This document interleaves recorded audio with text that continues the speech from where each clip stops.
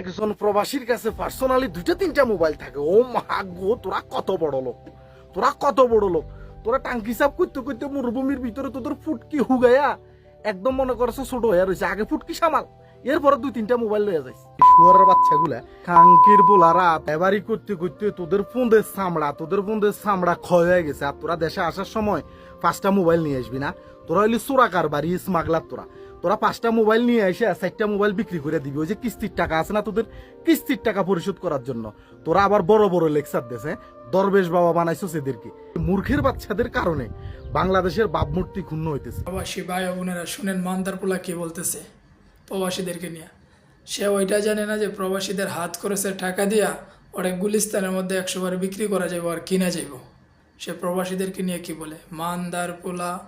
তুই তোর আব্বু ডক্টর ইউনূসকে জিজ্ঞাসা কর যে প্রবাসীরা কি।